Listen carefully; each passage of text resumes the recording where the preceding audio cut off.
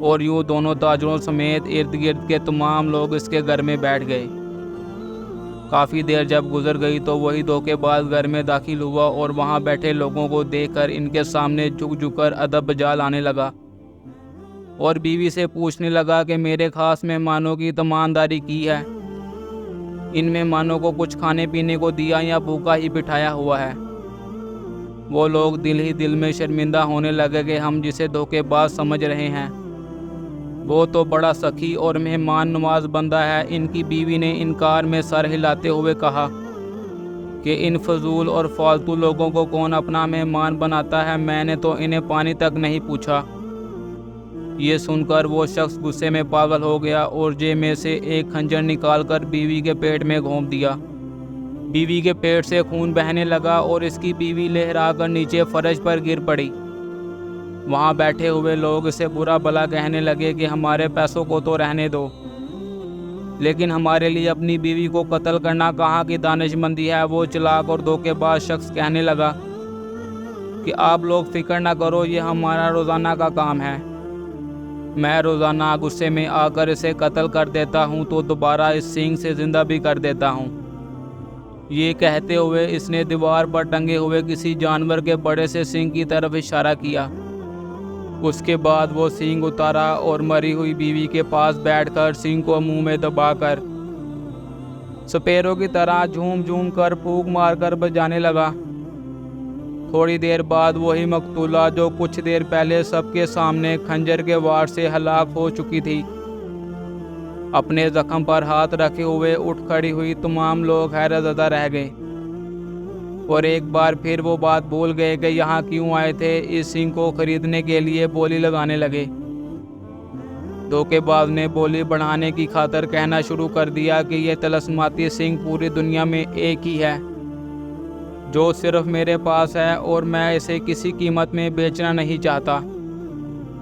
کرتے کرتے ایک بڑے تاجر نے سب سے زیادہ رقم ادا کر کے وہ سینگ خرید لیا اور سینگ خرید کر وہ لوگ اپنے اپنے گھروں کو چلے گئے جس نے سینگ خریدا تھا۔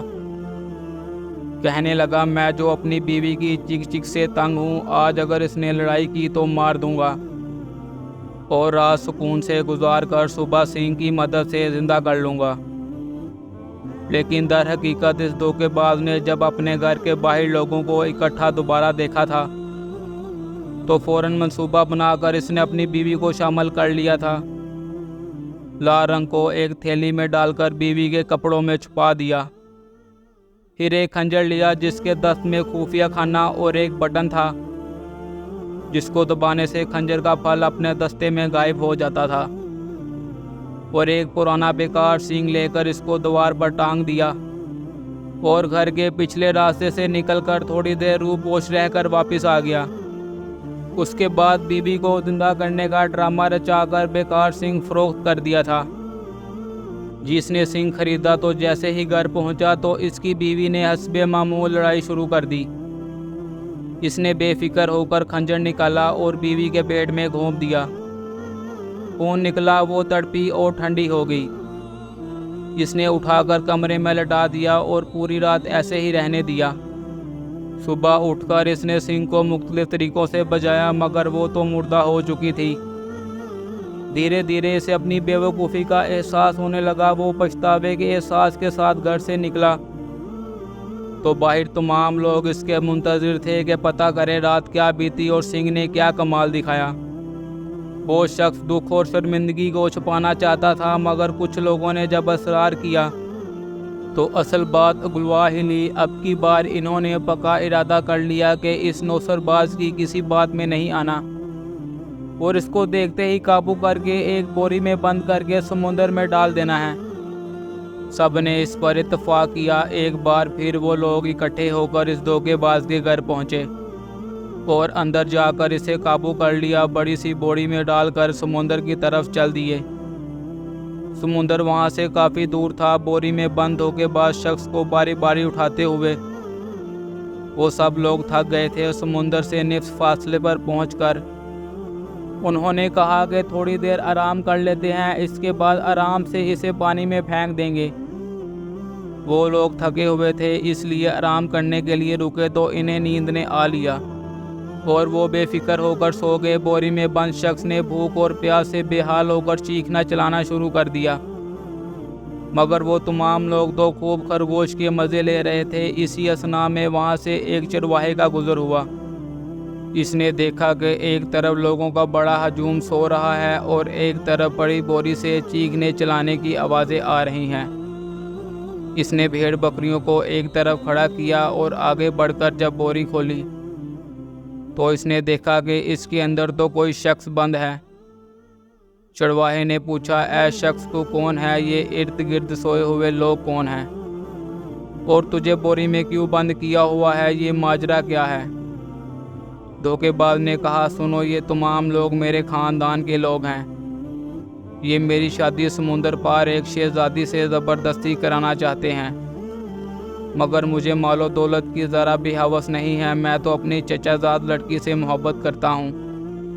چرواہا اس کی باتیں سن کر بڑا متاثر ہوا اور کہنے لگا، بتاؤ، کیا میں تمہارے کسی کام آ سکتا ہوں؟ دھوکے باز کہنے لگا، ہاں ہاں، کیوں نہیں، تم میری جگہ اس بوری میں آ جاؤ، اور جب شہزادی کے سامنے بند بوری کھلے گی تو پھر اس کا تم سے شادی کرنے کے سوا کوئی چارہ نہیں ہوگا۔ چرواہا یہ سن کر خوش ہو گیا اور ہنسی خوشی اس دھوکے باز کی جگہ بوری میں بند ہو کر بیٹھ گیا۔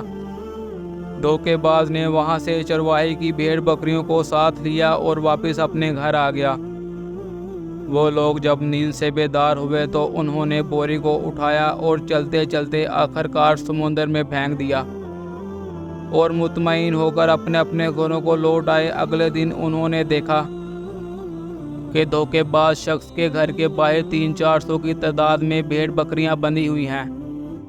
وہ بڑے حیران ہو کر جب وہاں گئے تو دیکھا کہ جس کو سمندر میں پھینک کر آئے تھے وہ تو گھر میں بیٹھا اپنی بیوی سے گپے لڑا رہا ہے۔ انہوں نے تعجب سے پوچھا، ہم نے تو تمہیں کل سمندر میں پھینکا تھا اور آج تم صحیح سلامت اپنے گھر میں ہو اور باہر بھیڑ بکریوں کی بڑی تعداد بھی ہے۔ وہ دھوکے باز شخص کہنے لگا، جب تم لوگوں نے مجھے سمندر میں پھینکا تو وہاں سے ایک جل پری نمودار ہوئی اور وہ مجھے اپنے ساتھ زیر سمندر بنے گھر میں لے گئی۔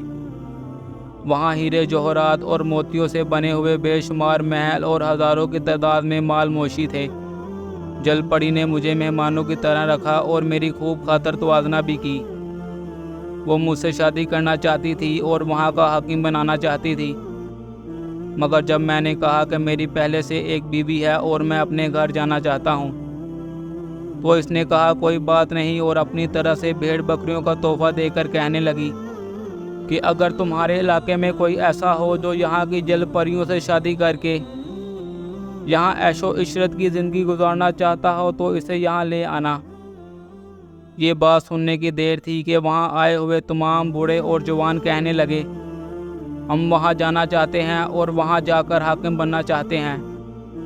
اس دھوکے باز شخص نے کہا کہ تم تو صرف چند افراد ہو، اگر اس قصبے کے تمام لوگ بھی وہاں چلے جائیں تو پھر بھی کم ہیں۔